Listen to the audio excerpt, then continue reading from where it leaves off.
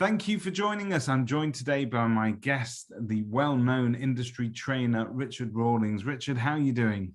Good, thank you. Really well, really well. Post-COVID, it's great to start to see people in real life as well. Yeah, no, it has been fantastic. And there's been a number of different events where you start to see these larger than life characters. And at these events, it's interesting because you get around to talking about the state of the market. And we do know that the healthier market that we've had perhaps over the sort of last 12 to 18 months cannot be guaranteed to last, and we'd be doing ourselves and also our clients a disservice by assuming that it's going to last. During that period of time, we've seen some interesting things from estate agents, but mostly some of them have become quite lazy in terms of practicing some old discussions perhaps that we used to have, and exercising some muscles that might have atrophied in a good market. And one of those are discussions related around the pricing of properties and managing a vendor's expectations. You, Richard, are tremendously well known in terms of your background, your live recorded seminars that you've been doing, the content pieces that you've been writing for agents, and the advice that you generally have offered. This time round, you're offering to train sellers effectively. So how did this come about? Yeah, I mean, it's interesting, David. Thanks for that. I mean, so much of my training really is around how to persuade agents. A lot of it is psychology of persuasion, as well as the technical stuff of agency stuff, really. And so I don't think I'm a very good trainer, though, because so often I'll train agents to do it a certain way, and then they fail for one reason. And I said, did you do this? And they said, oh, no, I didn't. So, they're not doing necessarily what I suggest sometimes.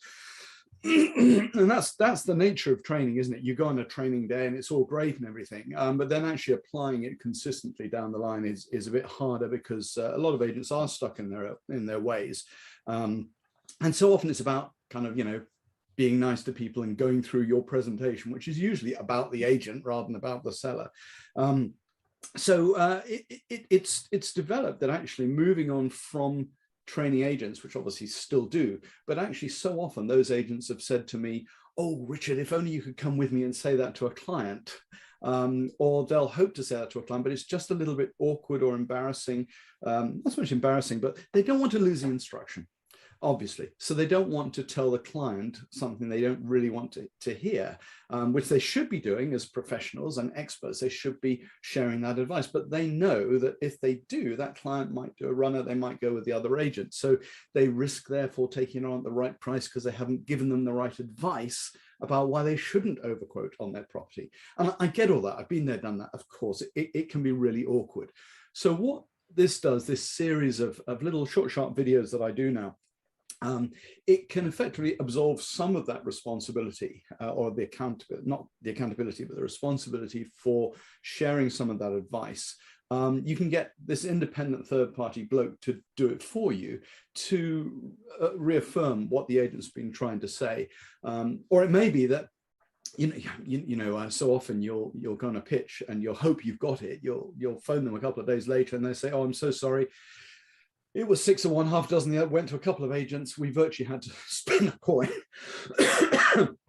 Excuse me, I'm at the tail end of a cough, non-COVID. And we virtually had to spin a coin, and I'm afraid we went with the other agents. And we just don't know which little bit was the thing that caused that coin to fall in or out of favor. So what this is the hard, the incisive, hard-nosed advice that the agent should be giving, but might not want to, or might soften it down a bit. So you can take third party, arm's length approach. Look, just have a look at this video. It explains better what I was trying to explain to you earlier today, Mr. Seller. So you're giving that agent another opportunity to persuade the seller. It's making them seem well informed, or at least having the right resources at hand to explain a slightly different perspective on this. Do you see it sort of replacing the current pitch that an agent might give on a valuation, or is it there to sort of enhance it? How is it best used? Yeah, I don't think it's ever going to replace it. It's not intended to. It's there to support the agents, really. I mean, we know that, I mean, if they just did that, it would be kind of cheating in a way, and it wouldn't have the interpersonal connection that is required to get the instruction. And 80% of what an agent says, of course, is all about them and how they come across. But the words they actually use, the words they use is so important, and you can practice it and you can do dialogues and scripts, but then they become a little bit cardboard because they're using the same dialogues with the same people. So what they need to, the agents really need to, is deeply understand some of the key principles concerned and be able to very charmingly convey those, communicate those points to the client. So no, it's not going to replace what the agent does. It always used to be the ABC of sales was always be closing. I'll say always be charming, but don't forget to close. Closing is such an important thing. And it's a scary thing because we don't like asking for business, particularly British. We don't like asking for business. But once you've earned the right to it, you should be able to ask for the business. And with some of the more difficult elements of what an agent should be doing, if I can do that for them, with them, on their behalf, alongside them, then I hope it'll go, and it's proving to go quite a long way towards helping them get the instructions. So, Richard, I wanted to ask you about some of the topics that you offer, but maybe we'll give the viewers at home a better idea of the sort of thing we're talking about. You mentioned you might have a video that you wanted to share. Yeah, I mean, there are various topics. I mean, many of them are focused at why you should quote the right price. Why, if you overprice, you'll end up selling it for less than you could have achieved had you quoted the right price to begin with. Why, if you're sitting on why it's so dangerous to go stale on the market. How you should consider repricing or reducing your price or repositioning the market, as I like to call it. Traps to avoid when selling, preparing a property for sale. There's about 15 of them that are specifically tailored to the agent's precise needs. But I'm happy to show you an example of one, actually. If I can share my screen, actually. Here we go.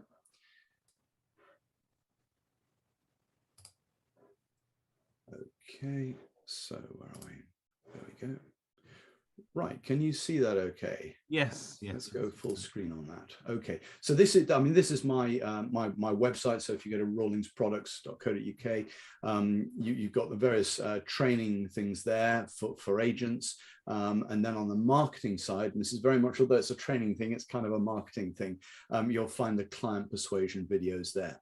And here's an example of one. I'll see if I can go full screen on that. And it's just an extract from one, actually, but it'll give you a flavor of how it is. 7 properties here. Hopefully you can hear that sound all right. Unsaleable, and one is very saleable because all the market around it is pointing to this one being the most saleable. This is the one that will have all the buyers fighting over it. This is the one that will go over its asking price. A lot of our sales go over the asking price because they are pitched perfectly in relation to what else is available. So what you have to do is effectively win a beauty contest and a price war. If you can get both of those right, you're well on the way to selling your property for the highest price the market will pay, and you can get moving. Fantastic. So that I can see is intended then to be branded for the agent with their colors, their livery, whatever, you know. Very much so. Yeah, I mean, here's an example of using buyer inquiry price range. And again, it's got the agent's colors on there. And then at the end, people who are most likely to buy. So quick tip for you, just see what happens at the end here. Using the buyer inquiry range.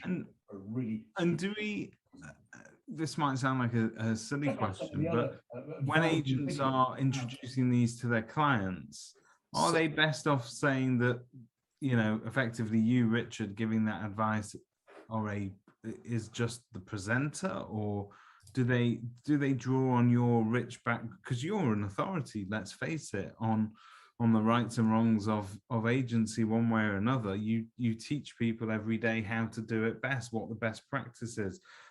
So when I go out to my clients with this, do I say, look, this isn't just advice I'm giving you, this is coming direct from, you know, one of our industry's most revered trainers. Well, it's kind of you to put it like that, David. Thank you.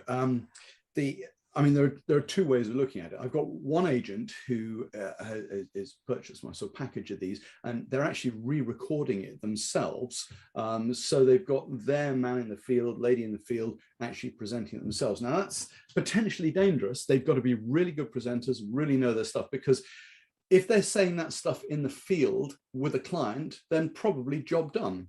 If they're then going to send them a video, them saying the same thing in the same way, and it didn't do the job first time, it's dangerous. Yeah. So agents are most welcome to do that, of course, and they can bring in a local angle to it. But I think from my perspective, it does look good to have a third party doing this. And I don't put on those videos that I'm an independent trainer or anything. I don't put my name on them or anything. So effectively what it could be is I'm just another of their colleagues that they haven't met yet, who is also saying the same thing that the guy who went to see them and the lister went to see. So it kind of involves me and the team, makes me part of their team in a way, and hopefully adds to the sort of credibility, because if I know what I'm talking about, that looks good. Yeah. Fantastic. So these are going to be ever more useful in the market, that more challenging market that we're likely to experience, because those, I suppose the one thing about a positive and upbeat market where things are going well is it sort of manages everybody's expectations upwards. So the person selling number 1 Hope Road looks at number 2 Hope Road and says, well, they sold last month at X amount, I've got to be at least 50 grand higher than that. And you have this edging upwards. It's very, very interesting to see it play out. Absolutely. Yeah. And in fact, that forms a core element of a lot of the topics in these, because it is to manage that expectation for sure. And one of them, for example, looks at the basis of why properties that are sold are not as influential as properties that are still available in terms of suggested asking price. And it helps the seller steer between looking at the others that are on the market and say, well, hold on, if you're comparing it with that one that's on the market, because that's how buyers see it. Buyers are only comparing what's on the market, not what's sold. Mm-hmm. And so if that's what the buyers are seeing, how does your house compare? And if you're comparing it with a house that's been on the market for 6 months, then clearly it's overpriced. So you're comparing it with the wrong price. So there's a lot of that stuff for sure. And even when the market has been flying, and it's up and down, I know, but whenever the market's flying, there are still people who want silly money for the property, but there are also still opportunities for those agents who do actually push it a bit and say, yeah, you know what, in this market, I reckon we can get you more. And we give them the ability to prove why they should do that, but also to remind them that actually we're chancing our arm a bit here, Mr. Seller, but let's have a crack at it. We've had a few successes with this. Let's do it this way. But if it doesn't work, come back to reality in 10 days' time. So it's helping those expectations. What I love about these videos is that, yes, they're short enough to tackle the subject at hand, but it also can be used if you're not going to use these and put these out to your clients directly. You could do a lot worse than use them as short refresher courses for valuers and people that genuinely need reinvigorating, because, hey, let's face it, this is one hell of a crib sheet, isn't it? Yeah, you're right, and it is a way. It's a hack into my training. Yeah, you could say that for sure. Obviously, it's only certain components of the training that are relevant directly with clients. But I agree, this is the nub of some of the most important elements of the training. So absolutely, agents who do take this on board could see it as a training thing. In fact, just those agents, when they share it with their clients, as long as they're watching them as well, I think they should benefit from that for sure. Because I remember when I was learning, when I was 18, 19, it was so influential just watching my boss. I never got any training, but just watching my boss was really influential on me. And the problem with that approach, of course, is you're limited by what your boss knows. And your boss probably learned that from his or her boss. So there's a lot of limitations. We don't know what we don't know. And since then, I've made it my business to learn the science of agency, the psychology of it from all over the world, and anglicize it, and hopefully share that with agents who may not have known that. And, I love it. Nothing I like more when a guy who's been in the business 40 years comes on my training and says, gosh, I wish I'd known that 39 years ago. It's so interesting when the topic of training comes up. obviously there are those agencies that have great training programs, understand the value of training, and particularly outsourced training, so that they don't go crazy drinking their own Kool-Aid, as it were. But when you talk to people about training, and particularly businesses that perhaps haven't embraced training, they would always tell you the same thing. Oh, the best training for our negotiators is to listen to me on the phone doing what I do.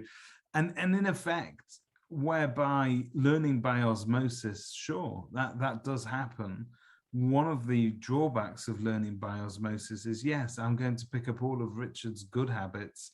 I'm also going to pick up his bad habits as well. So it doesn't necessarily create a decent all-rounder. All you're doing is passing on good practice with a bit of bad practice at the I don't record the bad bits, David. I hope not. Anyway, you hear what I'm saying?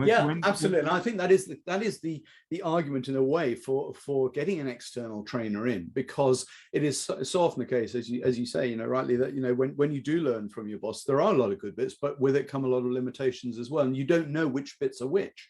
And I was training some agents last week, and they said the director said, that was so good. So much of that is what I've been banging on about for years, but they've stopped listening to me. To have a third party come in and say the same things, perhaps in a more scientific way in some respects. He said that was music to my ears, because now they believe it. It's been reinforced by a sort of someone who's made it his business to communicate this type of material. So you're absolutely right, and I think the balance together. And sometimes there's a mishmash, a merger of management and training.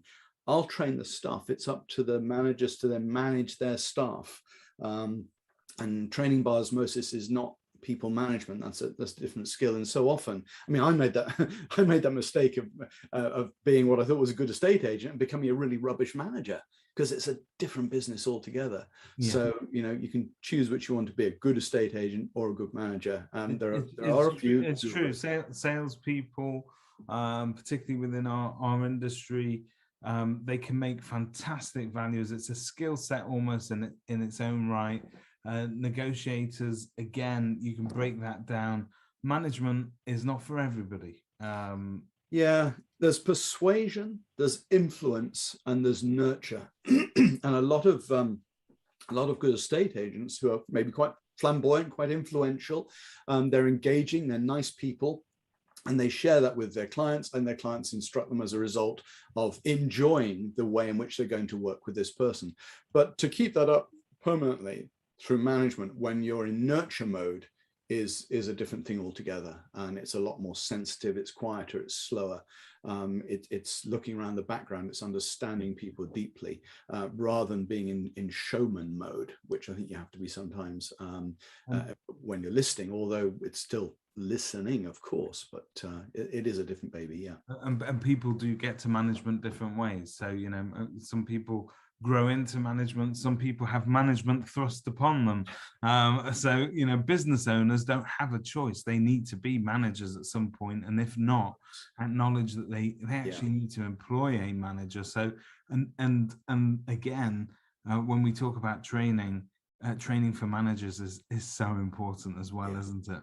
Absolutely. And that's a specialist job. I don't do management training because it's not estate agency training. I just do estate agency training. I mean, a good manager would want to have their staff trained up in new ways to be better at agency than they were. In fact, I mean, I'd love to have a team around me who were better each component of what I do than I am. So no, absolutely. And I think there is a balance to be had between the sort of internal nurturing training and external, wow, I never realized I didn't know that training, because that's the revolutionary stuff. And I hear a lot of stuff about back to basics. I think back to basics is boring. Back to basics is what managers can help people do, keep them on track with the basics, but it's the external trainers who bring the color and the razzmatazz and the new ideas that really are I mean, a client, a seller expects the basics to be done pretty well, but it's not the basics that gets you the business. It's the wow factor, or the whoa, I never expected that factor, or oh, that was a bit of a challenge, but this guy knows what he's talking about factor. These are the things that get you the business. Fantastic perspective on that. So in terms of these videos, they're branded presumably then for the agent, so they're bespoke. Each one is branded bespoke to the agent, and is that something that you're going to be looking to do each time for everybody that takes? There's basically two streams. There's an unbranded lot that for £999. You get the whole series. It's unbranded. Sorry, when I say the whole series, there are various different components and different angles on them. Some of them, for example, some agents might have a 0-week period of sole agency, which I think is a very strong offering, and it needs to be promoted correctly. Other agents will tie people into a 26, 12, 8, however long period of sole agency. So the message is slightly different. So on several of the videos, there is a different angle. So for example, there's another one which, if there's an agent that subscribes to Rightmove, Zoopla, On the Market and Boomin, the message is why you should use an agent that subscribes to all these portals. But if I've got a client an agent who only subscribes to Rightmove, let's say, then my message for them is why you don't need all these. I'm just a mercenary chameleon prostitute, frankly, David. You know, I'll just fly the flag. I've always said that about you, Richard. But there is there's an exclusive kerfuffle deal. If I'm going back to your question, there is. So there's unbranded or branded. The unbranded $9.99, the branded $14.99. But for kerfufflers, they get the branded lot for the unbranded price. Wow. So there's a 500 quid discount. Yeah, there you go. Hopefully quite a good deal. Yeah, well worth going out and snapping that up. So just to sort of recap, what would be your top 3 reasons why an estate agent would want to purchase this suite of client videos? Firstly, they deliver the awkward advice. So, you know, I can, you know, if you want to, it's so dangerous to just tell people what they want to hear. But if you want to be Mr. Nice Guy, I can deliver your bad advice for you. You get a third-party expert to reinforce your key messages, which hopefully drives them home. And yeah, they're great training support material. Yeah, reminders on the training front. I think your agents will be stronger for having used these videos, but don't just send them to a client. You need to watch them occasionally yourself as well. And don't put them on your website either, because it would be really nice to have a suite of all these advice seminars on your website, but all your competitors would then go and see what you're doing, and they'll probably do the same sort of thing. No, keep them to yourself and just give the right, because also you don't know what message your seller client needs to hear. They may need this video, but I don't want them seeing that video. So just give them out to the right people at the right time. Keep them close to your test. They're very powerful, and you know, you use them as you see fit. And as I say, yeah, by all means, use them as a cheap version of my training. Well, all of Richard's details can be found on kerfuffle.com. This is definitely worth checking out. Training your sellers is a thing now, and I love the idea of having outsourced persuasion. You're right. If you've ever left a valuation and thought, I didn't quite hit the mark there, I've not quite got my arguments across. I wish I'd said that. And yeah, there isn't, and by the way, there isn't an agent in the world, and I don't care who they are or how confident they are, there isn't one of us that has, that hasn't had those thoughts, that hasn't said, look, I could have given a little bit more info. This gives you, at very worst, the second bite of that cherry. Second bite of the cherry. That informational sort of helping type of video can very often be far more persuasive than a salesman's pitch, if you like. This is a very, it's knowledge based, it's experience based, and it works. Yeah, I would agree with that. Thank you very much, David. Well, there's nothing more we can add to that. Thank you very much for joining me today, Richard. We will catch up with you again soon. Absolutely fantastic. Thanks a lot. Keep up the good work.